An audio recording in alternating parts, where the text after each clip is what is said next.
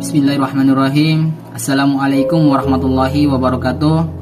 Perkenalkan, nama saya Muhammad Nofrianto Abdul. Saya mahasiswa dari IAIN Sultan Amai Gorontalo, semester 2, jurusan Pendidikan Agama Islam. Sebelum masuk ke pembahasan materi, alangkah baiknya saya ucapkan rasa hormat saya kepada Ibu Nur Gambar SPD MPD selaku dosen pembimbing dari mata kuliah Administrasi Pendidikan. Nah, di video kali ini saya akan menjelaskan sedikit terkait materi tentang administrasi pendidikan, unsur-unsur administrasi pendidikan, dan bidang garapan administrasi pendidikan. Nah, yang pertama adalah administrasi pendidikan. Nah, sebelum saya menjelaskan panjang lebar terkait pengertian dari administrasi pendidikan, alangkah baiknya kita cari tahu dulu apa arti dari administrasi dan apa arti dari pendidikan.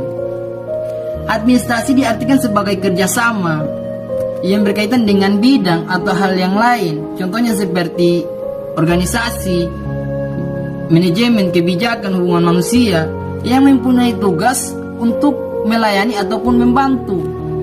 Nah, sedangkan pendidikan itu adalah bimbingan.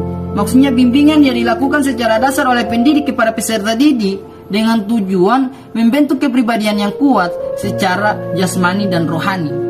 Maka jika kita simpulkan bahwasanya pengertian dari administrasi pendidikan itu adalah bentuk upaya untuk menyatukan kegiatan dan program yang ada, di mana kegiatan tersebut harus saling bergantung dengan kelompok atau individu yang memiliki tujuan yang sama demi kepentingan peserta didik. Dan berikutnya adalah unsur-unsur administrasi pendidikan, di mana unsur-unsur administrasi tersebut adalah bagian yang terpenting dalam dunia pendidikan. Misalnya, ada sebuah sekolah yang ingin mendapatkan akreditasi yang bagus, maka sekolah tersebut harus memenuhi seluruh unsur-unsur administrasi yang sesuai dengan standar nasional. Maka dari itu saya akan menjelaskan sedikit terkait tentang unsur-unsur administrasi sekolah yang harus dipenuhi sesuai standar nasional. Yaitu yang pertama, administrasi kurikulum.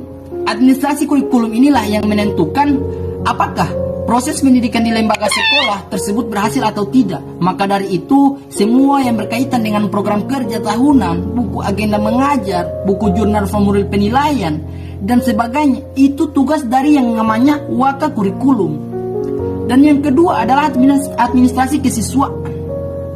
Administrasi kesiswaan ini akan berkaitan erat dengan urusan siswa, mulai dari penerimaan siswa baru, mengelola siswa selama proses belajar, hingga selesai pembelajaran. Maka dari semua hal yang berkaitan dengan data-data siswa tersebut biasanya dipegang oleh kesiswaan ini.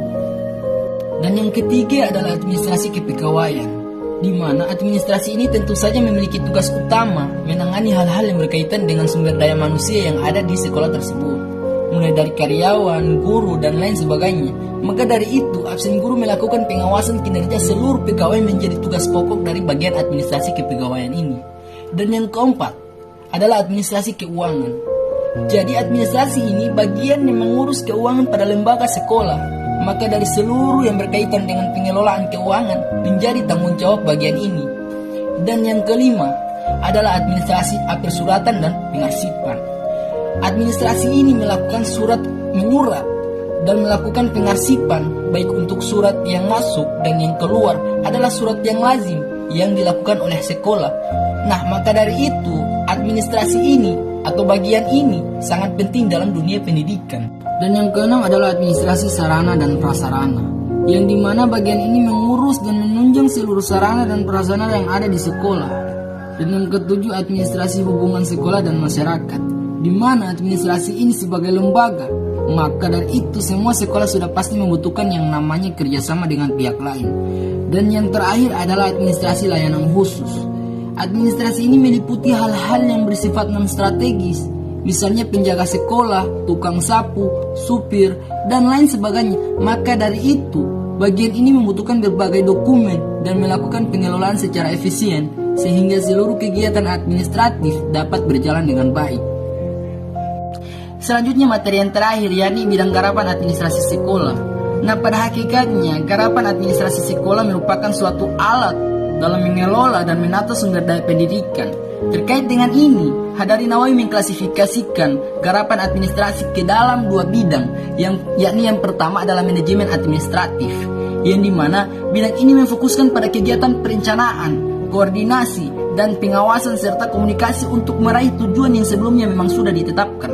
Dan yang kedua adalah bidang manajemen operatif, yang dimana bidang ini memfokuskan pada kegiatan tata usaha, perbekalan, kepegawaian, keuangan, dan hubungan masyarakat.